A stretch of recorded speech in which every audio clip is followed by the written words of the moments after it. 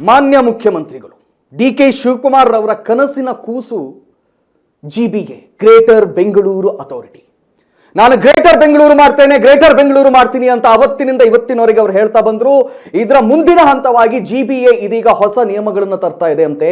Footpath ಮೇಲೆ ಇರುವಂತ ಏನ್ ಗಾಡಿಗಳೆಲ್ಲ ವ್ಯಾಪಾರಸ್ಥರೇನಿದ್ದಾರೆ ಅದೆಲ್ಲವನ್ನು ಕೂಡ ತೆರವುಗೊಳಿಸಿ ಫುಟ್ಪಾತ್ ಇನ್ನು ಮುಂದೆ ಪಾದಾಚಾರಿಗಳಿಗೆ ಮಾತ್ರ ಸೀಮಿತ ಅಂತ ಇದೀಗ ಜಿಬಿಎ ಹೇಳ್ತಾ ಇದೆ.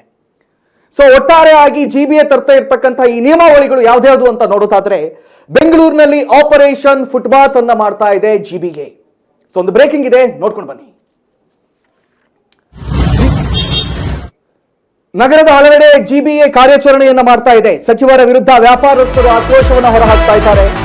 ನೀವು ತೆಗೆದ್ರೆ ಮತ್ತೆ ಇಲ್ಲೇ ವ್ಯಾಪಾರ ಮಾಡ್ತೀವಿ ಅಂತ ಹೇಳ್ತಾ ಇದ್ದಾರೆ. ಈ ಸ್ಥಳ ಬಿಟ್ಟು ಹೋಗಲ್ಲ ಅಂತ ವ್ಯಾಪಾರಸ್ಥರು ಹೇಳ್ತಾ ಇದ್ದಾರಂತೆ. ನೀವೆಲ್ಲಾದ್ರೂ ತೆರವುಗೊಳಿಸಿದ್ರೆ ನಾವು ಮತ್ತೆ ಇಲ್ಲೇ ಬಂದು ವ್ಯಾಪಾರ ಮಾಡ್ತೀವಿ ಅಂತ ಹೇಳ್ತಾ ಇದ್ದಾರೆ. ಅಷ್ಟು ಧೈರ್ಯದಲ್ಲಿ ಆ ವ್ಯಾಪಾರಸ್ಥರು ಅದನ್ನೆಲ್ಲ ಹೇಳಬೇಕಾದ್ರೆ ಕಾರಣ ಏನು ಅಂತ ಕೇಳಿದ್ರೆ, ಇವರೆಲ್ಲರಿಗೂ ಪರ್ಮಿಷನ್ ಕೊಟ್ಟಿದ್ದು ಬೇರೆ ಯಾರು ಅಲ್ಲ. ಇವರೆಲ್ಲರಿಗೂ ಕೂಡ ಪರ್ಮಿಷನ್ ಕೊಟ್ಟಿದ್ದು ಈ ಹಿಂದೆ ಏನು ಬೃಹತ್ ಬೆಂಗಳೂರು ಮಹಾನಗರ ಪಾಲಿಕೆ ಇತ್ತು, ಇದೇ ಬಿಬಿಎಂಪಿಯ ಪರ್ಮಿಷನ್ ಅಂಡರ್ ಅಲ್ಲೇ ಇವರು ಮಾಡ್ತಾ ಇದ್ರು. ನೋಡಿ, ಇದೀಗ ಜಿಬಿಎ ಹೋಗಿ ಹೇಳ್ತಾ ಇದೆಯಂತೆ ನಿಮ್ಮನ್ನೆಲ್ಲ ತೆರವು ಮಾಡ್ತೀವಿ ಅಂತ ಹೇಳುತ್ತಾ. ಆದ್ರೆ ತೆರವು ಮಾಡಕ್ಕೆ ಅವ್ರು ಯಾರು ಕೂಡ ಕೇಳ್ತಾ ಇಲ್ಲ. ಬೆಂಗಳೂರಿನ ಫುಟ್ಪಾತ್ಗಳಲ್ಲಿ ಪಾದಚಾರಿಗಳಿಗಾಗಿ ನಿರ್ಮಾಣ ಮಾಡಿರುವಂತಹ ಫುಟ್ಪಾತ್ಗಳಲ್ಲಿ ಇವರೇನು ವ್ಯಾಪಾರವನ್ನು ಮಾಡ್ತಾ ಇದ್ರು ಅದನ್ನು ತೆರವುಗೊಳಿಸೋದಕ್ಕೆ ಜಿಬಿಎ ಮುಂದಾಗ್ತಾ ಇದೆ. ಆದ್ರೆ ಆ ವ್ಯಾಪಾರಿಗಳು ನಾವು ಬಿಟ್ಟು ಕೊಡಲ್ಲ ಅಂತ ಹೇಳ್ತಾರೆ. ಆಬ್ವಿಯಸ್ಲಿ ಅವ್ರು ಹೇಳ್ತಾರೆ ಕಣ್ರಿ, ಕೊಟ್ಟಿಲ್ವ ಇಷ್ಟು ದಿನಗಳ ಕಾಲ ಹಪ್ತಗಳನ್ನು ಕೊಡ್ಲಿಲ್ವ ಅವರು. ಜಿಬಿಎ ಅಥವಾ ಈ ಹಿಂದೆ ಇದ್ದಂತ ಬಿಬಿಎಂಪಿ, ಪೊಲೀಸ್ ಇಲಾಖೆ ನೀವೆಲ್ಲರೂ ಜೇಬು ತುಂಬಿಸ್ಕೊಳ್ಳುವಾಗ ಖುಷಿ ಆಯ್ತಾ? ಈಗ ರೂಲ್ಸ್ ತಂದ್ಬಿಟ್ಟು ಅವ್ರ ಹತ್ರ ಹೋಗಿ ಅಂತ ಹೇಳಿದ್ರೆ ಅವ್ರು ಹೆಂಗ್ ಹೋಗ್ತಾರೆ ನೋಡಿ. ಪೊಲೀಸ್ನಿಗೆ ಅಥವಾ ಜಿಬಿಎಗೆ ಅಷ್ಟು ಧೈರ್ಯದಲ್ಲಿ ಅವ್ರು ಹೇಳಬೇಕಾದ್ರೆ ಅವರ ಬಂಡವಾಳ ಏನು ಅನ್ನೋದನ್ನು ಕೂಡ ನಾವು ಗಮನಿಸಬೇಕಾಗುತ್ತೆ. ಬೆಂಗಳೂರಿನಾದ್ಯಂತ ಇದು ಒಂದು ಕಡೆಯೋ ಎರಡು ಕಡೆಯೋ ಅಲ್ಲ, ಕೃಷ್ಣ ಬೈರೇಗೌಡರು ಕೂಡ ಇದಕ್ಕೆ ಉತ್ತರವನ್ನು ಕೊಡಬೇಕು. ಕೃಷ್ಣ ಬೈರೇಗೌಡರ ಕೈಯಲ್ಲಿ ಇದು ಸಾಧ್ಯ ಇದೆ. ಯಾಕಂತ ಹೇಳಿದ್ರೆ ಈ ಹಿಂದಿನ ಎಲ್ಲದನ್ನ ನಾವು ನೋಡ್ಕೊಂಡು ಬಂದಿದ್ದೀವಿ ಕಣ್ರಿ.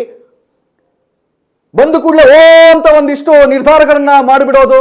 ಏನು ಆರಂಭದಲ್ಲಿ ಈ ಜಿಬಿಎ ನಿರ್ಮಾಣ ಆದಾಗ ಆಯ್ತಲ್ಲ, ನೀವು ಕಸ ತಂದು ಹೊರಗಡೆ ಹಾಕಿದ್ರೆ ನಾವು ವಾಪಸ್ ತಗೊಂಡೋಗಿ ನಿಮ್ಮ ಮನೆಯಲ್ಲಿ ಸುರಿತೀವಿ ಅಂತ. ಎಷ್ಟು ಮನೆಯಲ್ಲಿ ಸುರಿದಿದ್ದೀರಿ? ಈಗ ಒಂದು ಸತಿ ಅಧಿಕಾರಕ್ಕೆ ಬಂದು ಕೂಡಲೇ ನಾವು ಅಧಿಕಾರಕ್ಕೆ ಬಂದಿದ್ದೀವಿ ಅಂತ ತೋರಿಸ್ಬೇಕಲ್ಲ ಇವರು. ಅದಕ್ಕೆ ಇಂಥ ನಿರ್ಧಾರಗಳನ್ನು ತಗೊಳ್ಳೋದು. ಆದ್ರೆ ಕಾರ್ಯರೂಪಕ್ಕೆ ಬರುತ್ತಾ ಇದು? ಸಂಪೂರ್ಣ ನ್ಯೂಸ್ ಏನಿದೆ, ನಾವು ಇದನ್ನ ಬಿಡಲ್ಲ. ನೀವು ಇದನ್ನ ಮರ್ತು ಹೋಗ್ಬೋದು. ನಾವು ಇವತ್ತೇನೋ ಒಂದು ನಿಯಮಾವಳಿಗಳನ್ನು ತರ್ತೀವಿ, ಅದನ್ನ ಜಾರಿಗೆ ತರಲ್ಲ, ಜನರಿಗೆ ಮುಂದೆ ಮರ್ತು ಹೋಗ್ಬೋದು ಅಂತ ಎಣಿಸ್ಕೊಳ್ಬಹುದು. ಬಟ್ ಸಂಪೂರ್ಣ ನ್ಯೂಸ್ ಮರೆಯಲ್ಲ. ಇವತ್ತು ಕೃಷ್ಣ ಬೈರೇಗೌಡ್ರೆ, ಇವತ್ತೇನು 1ನೇ ತಾರೀಕು, ಜುಲೈ 1ನೇ ತಾರೀಕು ನಾವು ಇವತ್ತು ರಸ್ತೆಗಿಳಿತೀವಿ. ಎಷ್ಟು ಗೂಡಂಗಡಿಗಳಿವೆ, ಎಷ್ಟು ತಳ್ಳುವ ಗಾಡಿಗಳು ಫುಟ್ಪಾತ್ ಮೇಲ್ಗಡೆ ರಾರಾಜಿಸ್ತಾ ಇದೆ. ನಿಮ್ಮ ಗ್ರೇಟರ್ ಬೆಂಗಳೂರು ರಾರಾಜಿಸ್ತಾ ಇದೆ ಅನ್ನೋದನ್ನ ವಿಡಿಯೋ ರೆಕಾರ್ಡ್ಗಳನ್ನು ನಾವು ಮಾಡ್ಕೊಳ್ತೀವಿ. 1 ತಿಂಗಳ ನಂತರ ಮತ್ತೆ ಅದೇ ಸ್ಥಳಕ್ಕೆ ಹೋಗ್ತೀವಿ. ಕೃಷ್ಣ ಬೈರೇಗೌಡ್ರೆ, ನಿಮಗೆ ಆಗಸ ನಾವು ಪ್ರಶ್ನೆಯನ್ನು ಮಾಡ್ತೀವಿ, ಅದೆಷ್ಟು ಗಾಡಿಗಳನ್ನ ನೀವು ತೆರವುಗೊಳಿಸಿರ್ತೀವಿ?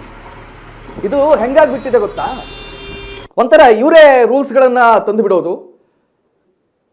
ನೋಡಿ, ನಾವು ಈ ತರ ರೂಲ್ಸ್ಗಳನ್ನ ತಂದಿದ್ದೀವಿ, ನಾವು ಗ್ರೇಟರ್ ಬೆಂಗಳೂರು ಮಾಡ್ತೀವಿ ಅಂತ ಹೇಳೋದು, ಆಮೇಲೆ ಇವರೇ ಮರ್ತು ಬಿಡೋದು. ಇದೇ ಆಗ್ತಾ ಇರುವಂಥದ್ದು. ಆಲ್ ಓವರ್ ಬೆಂಗಳೂರು ಫುಟ್ಪಾತ್ ಇರುವಂಥದ್ದು ಪಾದಚಾರಿಗಳಿಗೆ.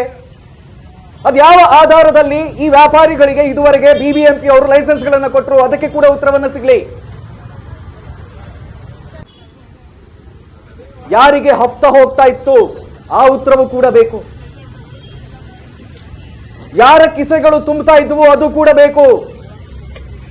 ಖಾಲಿ ಬೆಂಗಳೂರು ಒಂದರಲ್ಲೇ ಸಾವಿರಾರು ಕೋಟಿ ರೂಪಾಯಿಗಳ ಹಫ್ತಾ ವಸೂಲಿ ಆಗ್ತಾ ಇತ್ತಲ್ಲ ಈ ಗಾಡಿ ಅವರಿಂದ. ಅದನ್ನ ನಿಲ್ಲಿಸ್ತೀರಾ ಈಗ? ಹಾಗಾದ್ರೆ ಕೃಷ್ಣ ಬೈರೇಗೌಡ್ರೆ, ನೀವು